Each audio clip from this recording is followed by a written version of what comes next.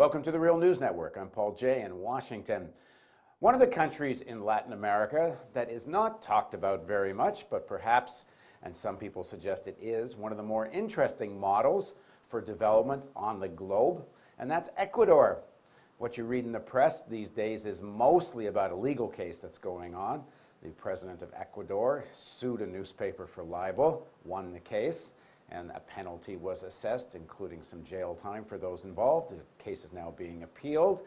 But you don't hear much about what seems to be a whole new way of economic development.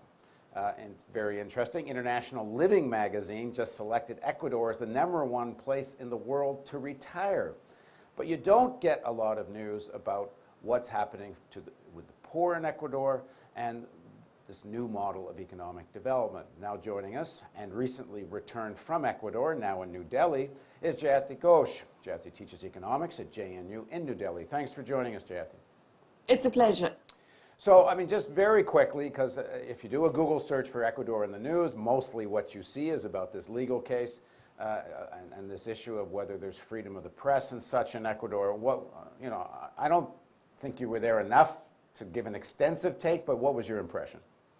Well, it's true that I'm not literate in Spanish, but the few Spanish newspapers that I did see were highly critical of the government and of the president in particular. So it didn't certainly feel that they were being muzzled. And in fact, a lot of the television also is very openly critical and even defamatory.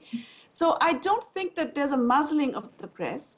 I do agree that jail terms for libel is a source of concern, but I think that that's really nothing compared to the kinds of press oppression that we're finding in a number of countries where it's never mentioned. For example, Turkey, where, just because that government is currently the darling of the Western media, you never hear about the journalists who've been jailed there for more than 3 years without trial, simply for writing critical articles. Yeah, I think the one thing can be said for sure is if you have a neoliberal economic model, you're given a lot more room in terms of freedom of the press and suppression of such and so on. So let's talk a little bit about this, because it seems Ecuador is not going down the neoliberal path, and that's quite unique because there's not many countries that are not. So what have you found? You're an economist, so let's talk about that. Well, what I found really interesting about Ecuador is that on the face of it, it would seem like one of those countries that really doesn't have policy space. You know how we keep talking about countries need to have policy space to do interesting things, and our governments all over the world, even in big countries like India, keep telling us, well, what can we do? There's globalization, there are all these global forces, and we really don't have the room for maneuver. Well, here is a tiny country with only 14 million people. It has been really a banana republic for most of its history. It is a dollarized economy. It doesn't even have its own currency. So you would think it has no policy space at all. It's a primary product exporter. It has, very close links it has had in trade and investment with the United States.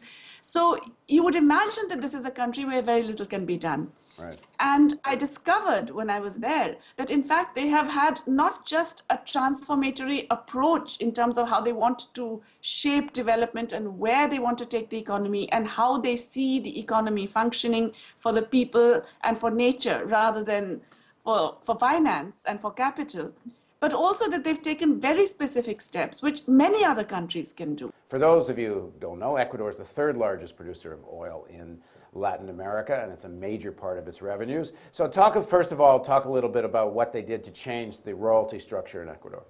Interesting things, how Ecuador has been able to take on large multinational capital and in a sense get away with it. It's an oil producer. Oil accounts for about 60% of the export revenues, and on average over the past 10 years, about 1/3 of the government's revenues. Now, what they discovered, in fact, the story is really that it emerged in the process when they discovered that one of the foreign oil companies was actually misusing its rights to drill by putting in horizontal pipes to drill from other areas as well. Now, this allowed them to open up all the oil contracts. Before 2009, Ecuador, the government, was getting about 13% on average of the total oil revenues. And the companies, the foreign companies, were getting 87%. They passed a law in July 2010 that completely reversed the terms. So now the government gets on average 87% and the companies get 13%. It's actually extraordinary that they managed to do this. There are 18 oil companies operating in Ecuador. 6 of them said that this is unacceptable, and they left.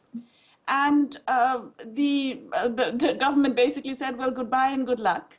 They took over the oil fields of the companies that had left, but 12 of the companies decided to stay, which means that it was still profitable for them. And now, as a result, the Ecuador government gets a massive benefit from any increase